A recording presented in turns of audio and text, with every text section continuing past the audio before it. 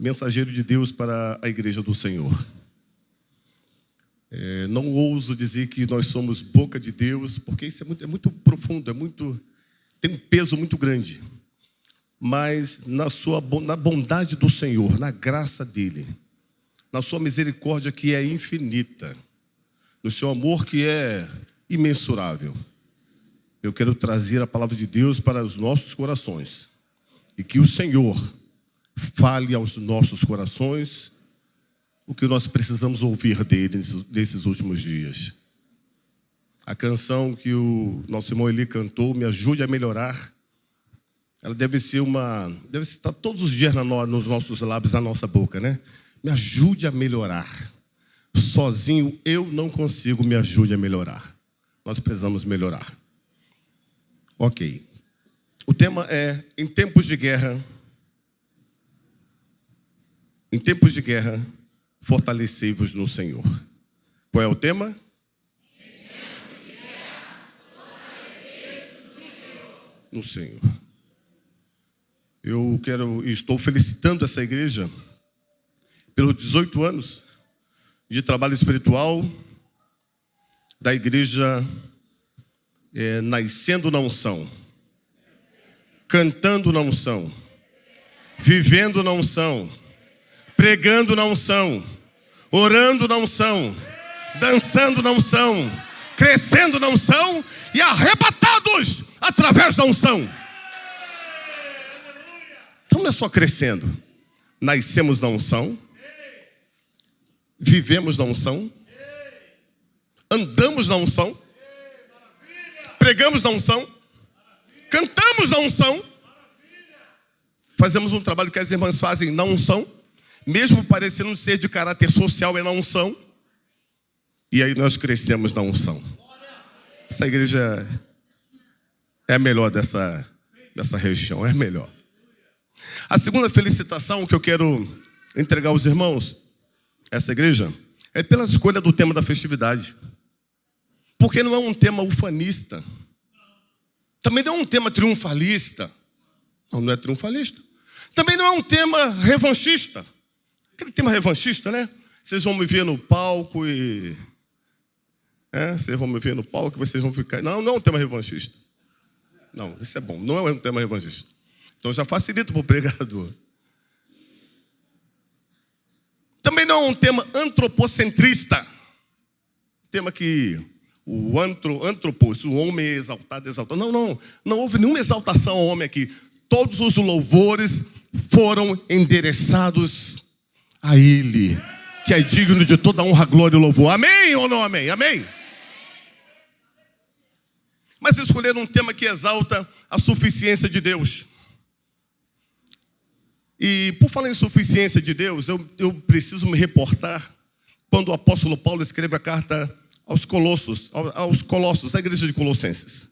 Ali Paulo está entregando aquela carta e ele começa a falar sobre a suficiência de Deus e a fraqueza da dependência humana.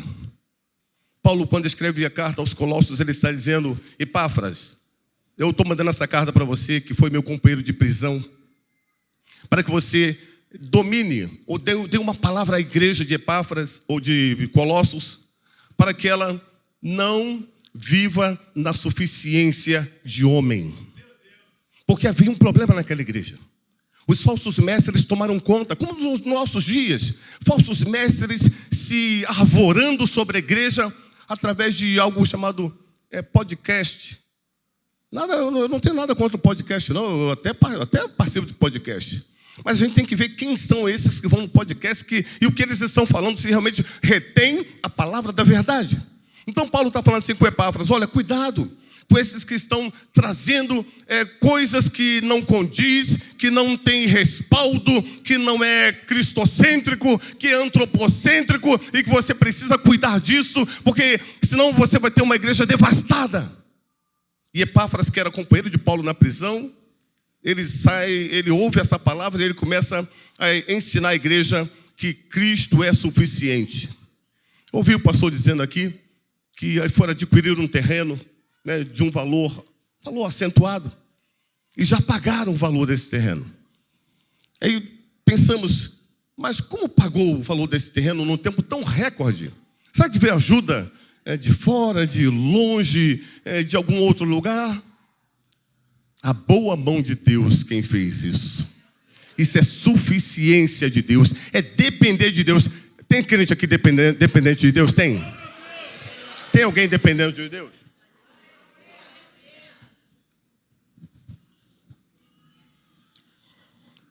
Então Paulo, quando escreve a carta aos Colossos, ele está dizendo que a igreja precisa combater no mundo espiritual.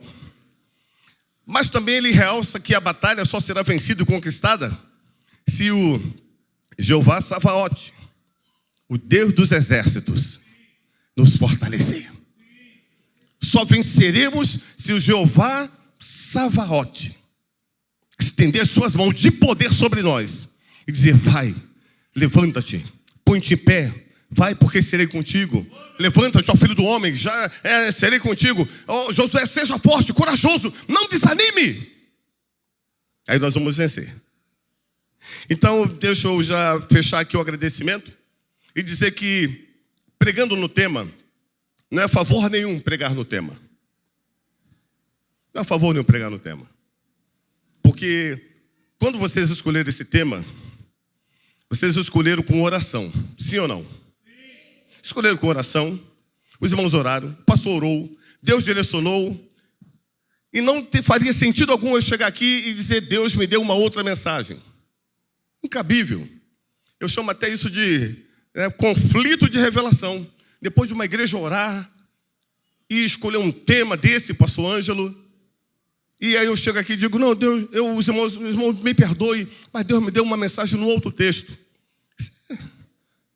É muito deselegante. Como eu não sou deselegante, eu sou dessa igreja, essa igreja só tem elegante, sim ou não? Aquele povo que está ali também é um povo elegante, sim ou não? Esse aqui também é um povo elegante, sim ou não? E esse aqui? E este aqui? Então vamos ficar dentro do tema. Qual é o nosso tema?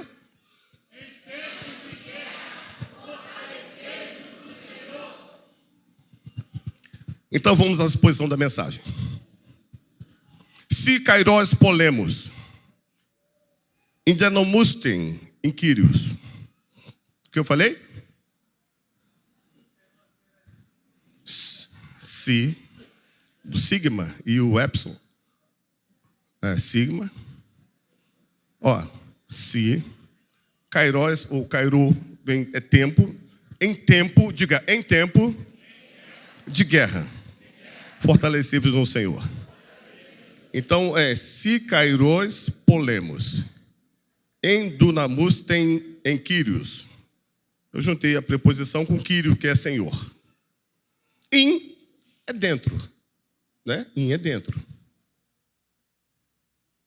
A palavra que eu citei aqui, indinamuste, quer dizer dinamite. Quer dizer o quê? Dinamite. Vamos juntar aqui essas palavras aqui. Dinamite,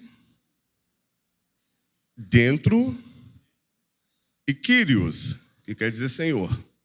Então nós temos assim, olha, no Senhor temos uma dinamite dentro de nós. Diga comigo, no Senhor temos uma dinamite dentro de nós. Dinamite é explosivo.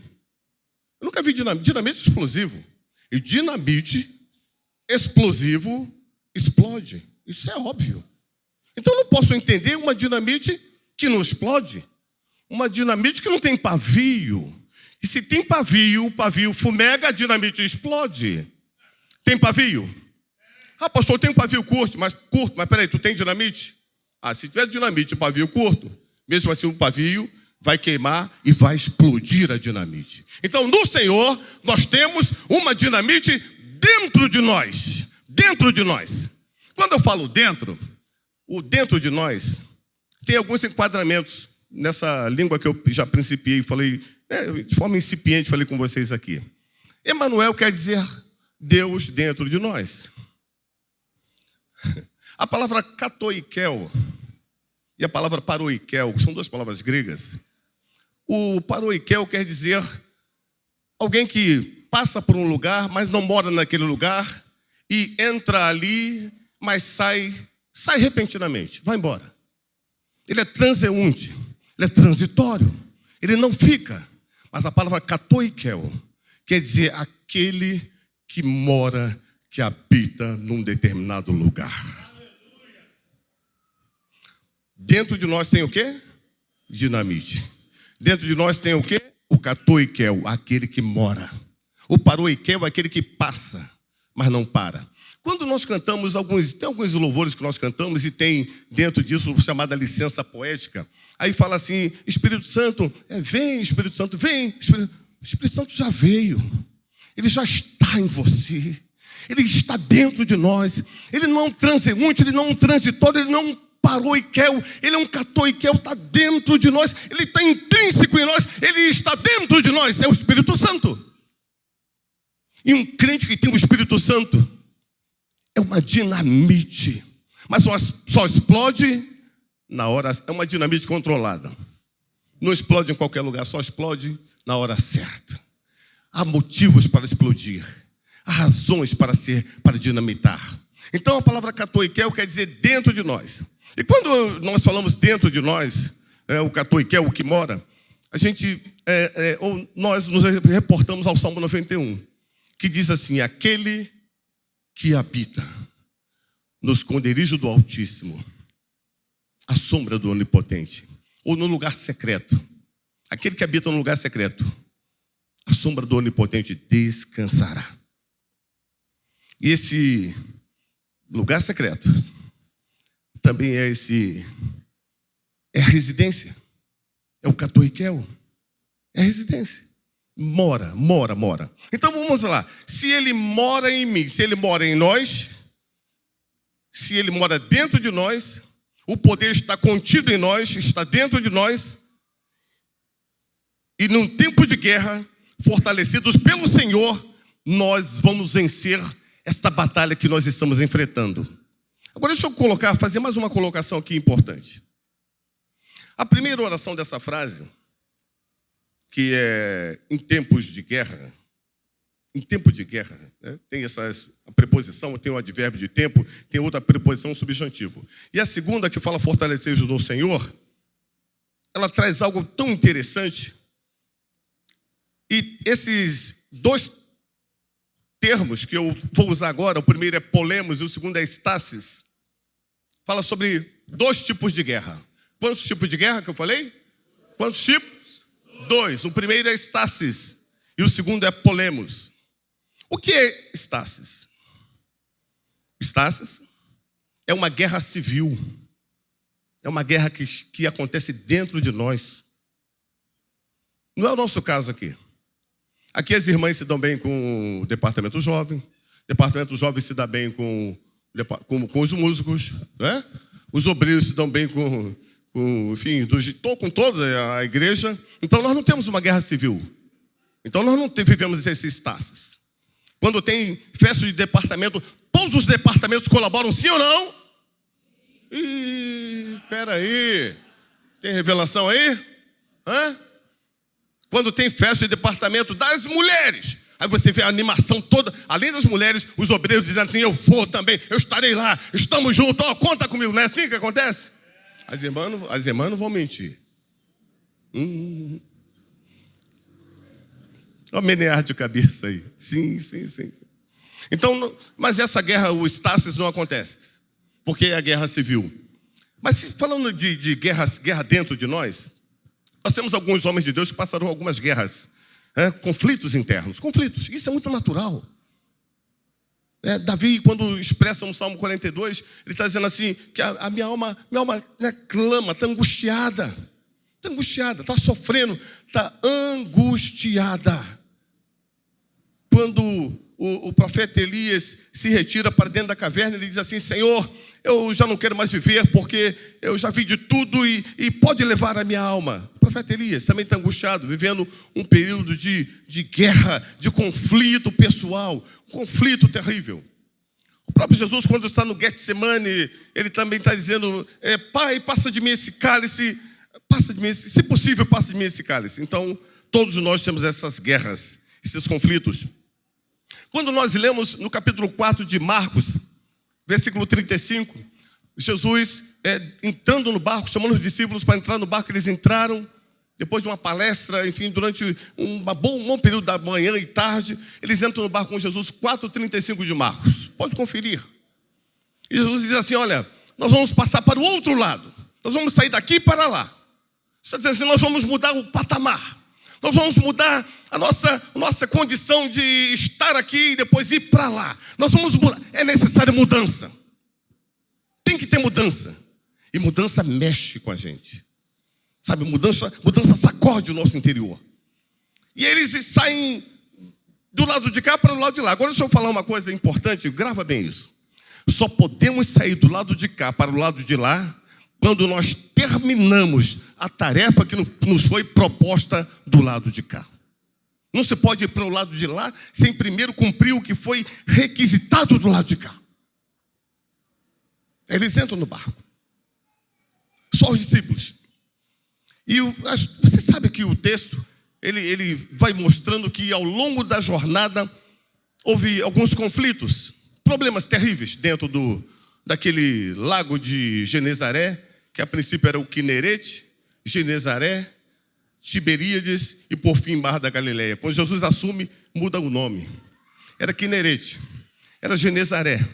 Aí vem Herodes o Antipas e põe em homenagem a Tibério César, porém o nome de Mar de Tiberíades. Mas quando Jesus entra no barco, entra no mar e fala assim, agora não é mais Quinerete, agora também não é Genezaré, tampouco Tiberíades, agora é Mar da Galileia, porque o Galileu assumiu a responsabilidade. O Galileu, quando assume a responsabilidade, o mar é dele, a igreja é dele, a casa é dele, nós somos dele, ele assumiu a responsabilidade.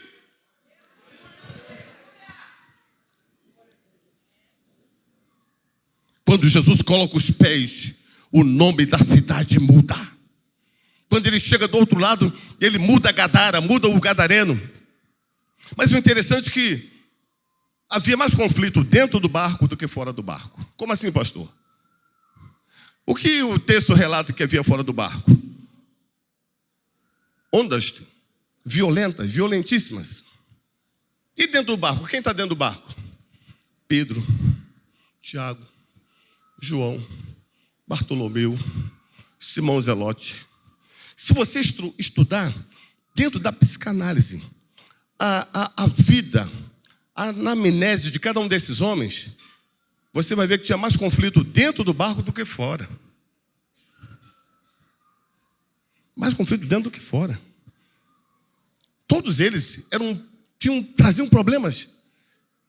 E aí quando Jesus dá a ordem para que o mar se acalmasse, primeiro acalmou eles, para depois acalmar o mar. Então, essas guerras internas nós chamamos de estases. E a outra guerra que nós estamos guerreando contra o nosso inimigo é a chamada polemos. Diga, polemos. Polemos é esta guerra. Então, esses dois termos, eles implicam para nós em falar que nós precisamos lutar esta guerra. Mas só vamos vencer essa guerra se nós lutarmos e colocarmos ou deixarmos o Senhor estar na frente dessa peleja. Então esse termo que eu citei a vocês, além de em tempos de guerra, fortalecer-vos no Senhor, também nós temos um outro termo. E eu quero que vocês escutem bem esse termo. Em tempos de guerra, aquele que persevera vence. Em kairos polemos, ro epimenon nika. Em kairos polemos, ro epimenon nika. Em tempos de guerra, aquele que persevera vence. A luta vem. Não adianta nós, né? Sim, cantamos, mas sabemos que temos uma realidade. Luta, a nossa vida é uma vida de, não é só vitória, não. São lutas e vitórias. Então, em tempo de guerra, Quando nós nos mostramos frouxos no dia da angústia, o proverbista diz que a nossa força se torna pequena. Mas num tempo de guerra, quando você se demonstra firmeza, certeza e ser uma pessoa inabalável em Jesus, Ele te garante a vitória. Então, quando esse texto é aplicado, em Kairos polemos, roepiminônica, em tempo de guerra, aquele que persevera vence. E aí tem um outro termo. Vê se você se assemelha a esse termo aqui. Poté minta paratais. Roepimenônica.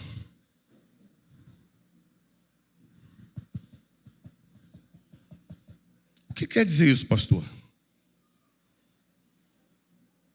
O que quer dizer isso? Nunca desista de lutar. Não jogue a toalha. O que é jogar a toalha? Lembra da luta de boxe? Quantos aqui sabem o que é uma luta de boxe? Todos sabem, não sabem? É chamada arte nobre. Na luta de boxe, tem 2 lutadores, 4 cantos, que nós chamamos de corner. E naquele corner, nos corners, tem os que cooperam com os lutadores. E de repente, no auge da luta, um lutador, enfim, muito cansado, debilitado, o seu corner, quando vê que ele está esmorecendo, pega a toalha e joga a toalha. Quando joga a toalha, esse camarada, ou seja, o corner que a toalha é jogada, esse aí perde a peleja, perde a batalha. Eu achei interessante esse termo aqui de jogar a toalha. Don't throw in the towel. Em inglês, Don't throw in the towel. Não jogue a toalha. É isso mesmo? Os de inglês aí tem? Eu sei que é uma igreja que não fala inglês. É isso mesmo? Não jogue a toalha. Então, o camarada, quando joga a toalha, está dizendo assim: ei, ele estou entregando os pontos, o meu lutador não tem condições, ele vai parar aqui, ele não lutará mais. Mas a ordem nessa noite é: não jogue a toalha. Mas, pastor, tu não sabe o que nós estamos passando. Mesmo assim, a palavra é: não jogue a toalha. Tem momentos que passamos na vida que dá vontade de jogar a toalha, de deixar de fazer o que estamos fazendo, de entregar os pontos, de não lutar mais, de pedir alguém para jogar. Por favor, jogue a toalha. Mas a ordem é: não jogue a toalha. Não jogue a toalha. Por que nós não vamos jogar a toalha? Porque nós temos um que nos fortalece, e Ele está aqui e há de nos fortalecer. Então, quando Paulo está escrevendo essa carta aos Efésios, capítulo 6, versículo 10, ele diz: no demais, irmãos meus, fortalecei-vos no Senhor e na força do seu poder. A nossa confiança não está em nós, não está no que nós fazemos, não está no que nós temos condições de fazer, mas a nossa confiança está no Senhor. Então a ordem é: não jogue a toalha. Não jogue a toalha. E no ringue tem 4 cantos, que nós chamamos de boxe, ou de corner. 4 cantos. E esses 4 cantos, eu quero fazer uma representação dele aqui nesse texto, que nós chamamos de canto, mas a palavra hebraica para definir canto é kanaf. Qual é a palavra? Kanaf. Para definir o que é canto, kanaf. E aí, quando eu leio um texto de Números 15, versículo 38, fala que a roupa do sacerdote, ela possuía 4 cantos. 4 cantos. E esses cantos são chamados de kanaf. Kanaf no hebraico quer dizer asa. Kanaf no hebraico quer dizer asa. Mas, pastor, que ligação tem? Escute. Kanaf, asa. E aí tem um outro texto que também nós eu quero passar a vocês rapidamente, que está em Lucas 8, 43, 45, que fala, você sabe qual é o texto? De uma mulher que sai da sua casa sem esperança. Havia gastado todo o seu dinheiro com remédio, com médicos, e não estava sendo curada, nada resolveu o seu problema. Ela estava com um problema sério. Era a mulher do fluxo de sangue. E aquele dia ela saiu. E quando ela sai, essa história da mulher não é a história principal, é chamada história secundária. A história, quem era o personagem principal da história? Era Jairo. E o secundário é essa mulher. Mas ela está no lugar certo. Na hora certa. Ela saiu de casa. Se você quer vencer, tem que sair de casa. Não adianta ficar esperando. Tem que... pastor, mas o Salmo 37 diz, deleita-te no Senhor, sim. Mas é hora que a gente tem que se apressar e sair de casa para sair em busca da vitória. Essa mulher foi. E quando ela chegou ali. Ela não era o personagem principal. Mas o texto diz que ela se abaixou e adorou. Quando ela adora, é uma outra palavra que fala que é prosquinel, ela adora. Cadê os... Tem adorador aqui nesse culto? Ainda tem adorador aqui? Ou só estavam adorando enquanto... Tem adorador? Tem ou não tem? Aquela mulher estava... Ela se prostra, ela se ajoelha e adora. É interessante que nesse texto aí de Números, capítulo 15, 38, fala que na roupa do sacerdote, na bainha, haviam filactérios. Filactérios. Bordado. E na cor azul. Para que todo judeu, quando olhasse para as bordas da roupa do sacerdote, lembrasse do céu de Deus. Tem crente aqui lembrando do céu? Tem. Ou tem crente ainda que lembra do céu, que lembra como é o céu de glória, como é o Deus do céu.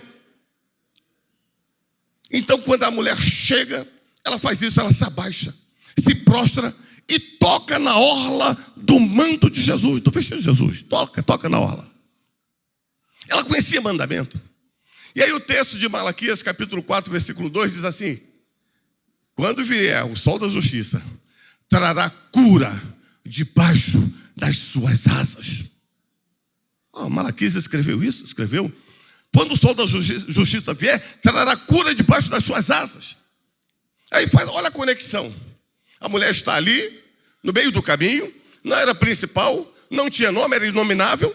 Na verdade era inominável e abominável, mas ela está ali. De repente é o teu caso, você, talvez aqui no bairro, nesse lugar, aqui em Santíssimo, talvez você não tenha alcançado o propósito que Deus, aquilo que Deus preparou para você. Mas não desista, não jogue a toalha. A mulher foi, se abaixou e tocou. O texto diz que encontrará cura debaixo das suas asas. O Salmo 91, voltando no 91, versículo 4, diz assim, olha.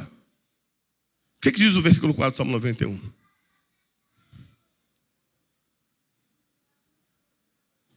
Pode abrir o texto, pode ler. Ele te cobrirá com as suas penas, e debaixo das suas asas estarás seguro. Aí quando tu lê esse texto, parece uma coisa comum, mas olha o que o salmista está dizendo. Ele te cobrirá com as suas penas.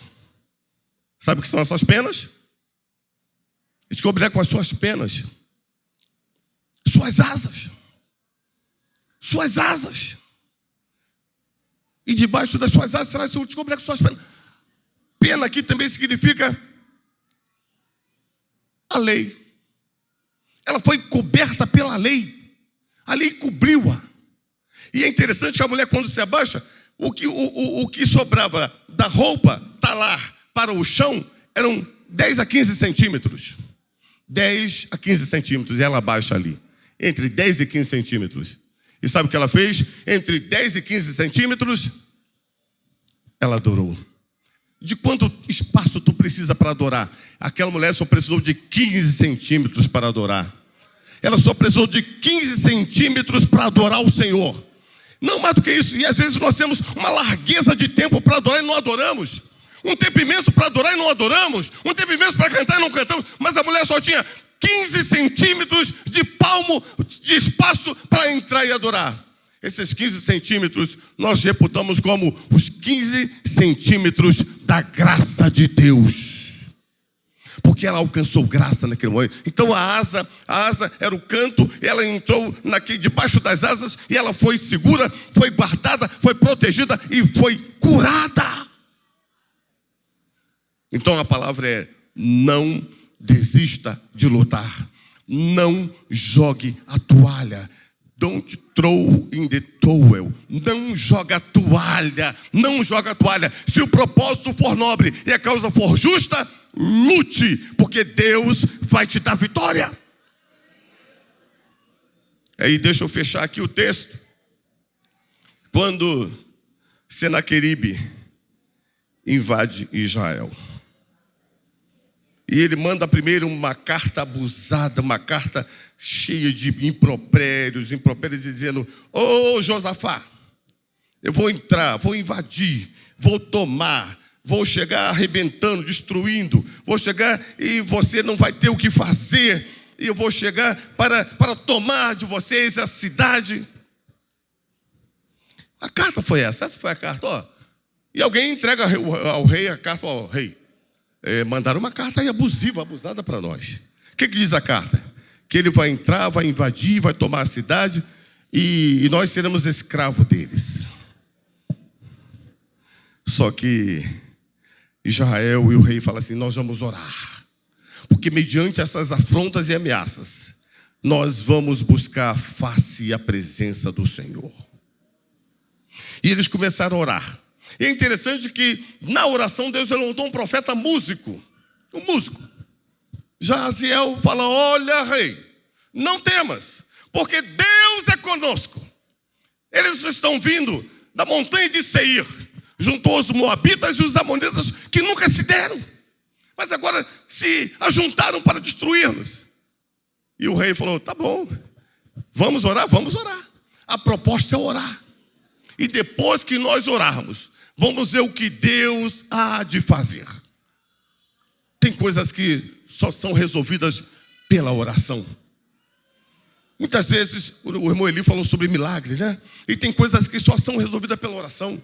Às vezes nós tentamos resolver com o nosso braço, tentamos resolver com a nossa força, tentamos resolver com o nosso conhecimento e não conseguimos resolver, porque tem coisas que só acontecem através de uma vida de oração. Quantos acreditam nisso? Tem coisas que só vêm pela oração. E eles começaram a orar, e vamos orar. E pôs todo o Israel para orar. E depois que eles oram, Deus fala: tão somente aquietai-vos. Deixa que eu vou resolver esse problema. Olha o que Deus está falando para nós nessa noite. De repente você entrou aqui e falou: pastor, nós já estamos no dia 14 de novembro. E ainda não consegui resolver um problema que já vem arrastando durante todo o ano. Mas a palavra para você nessa noite é: não jogue a toalha, porque Deus vai resolver esse problema. Mas pastor, e se o inimigo do córneo oposto pegar a toalha e jogar? Para tentar te sabotar, dizendo assim: jogou a toalha, parou, não quer mais. Ele não vai fazer isso, porque Deus não vai permitir. E quando Josafá está orando, quando Israel está orando, Deus fala assim: somente põe na frente os cantores. Põe os cantores para cantar. E quando os cantores cantar, meu Deus, misericórdia. Quando os cantores cantar, os cantores já vão cantar. Assim que os cantores cantar, nós vamos. Já estou terminando agora. Quando os cantores cantar, nós teremos vitória. Quando os cantores cantar, e eles começam a cantar: agradeço a ti, Senhor, pois tu és bondoso e a tua misericórdia dura para sempre. Esse foi o louvor. Te agradeço, tu és bondoso e a tua misericórdia dura para sempre. Só isso, cantou. Só isso. E o exército? Não, no exército não vai guerrear. E os lutadores não vão lutar. Quem é que vai estar na frente da batalha? Os cantores. E quando eles cantam: te agradeço, ou te louvo, porque tu és bondoso e a tua misericórdia dura para sempre, a Bíblia diz que todo o exército inimigo, um juntou-se contra o outro. E quando Israel chegou, só foi buscar os despojos e demorou alguns dias para retirar a bênção que sobrou para Israel. Então nessa peleja você não tem que pelejar. Somente pare e veja o que Deus vai fazer. Quantos acreditam nessa palavra? Quantos acreditam nessa palavra? Quem acredita? Tem crente aqui que acredita nessa palavra? Tem? Tem crente que acredita nessa palavra? Tem ou não tem? Que Deus nos abençoe. É complicado o horário, né? Me perdoa, pastor, por esse horário.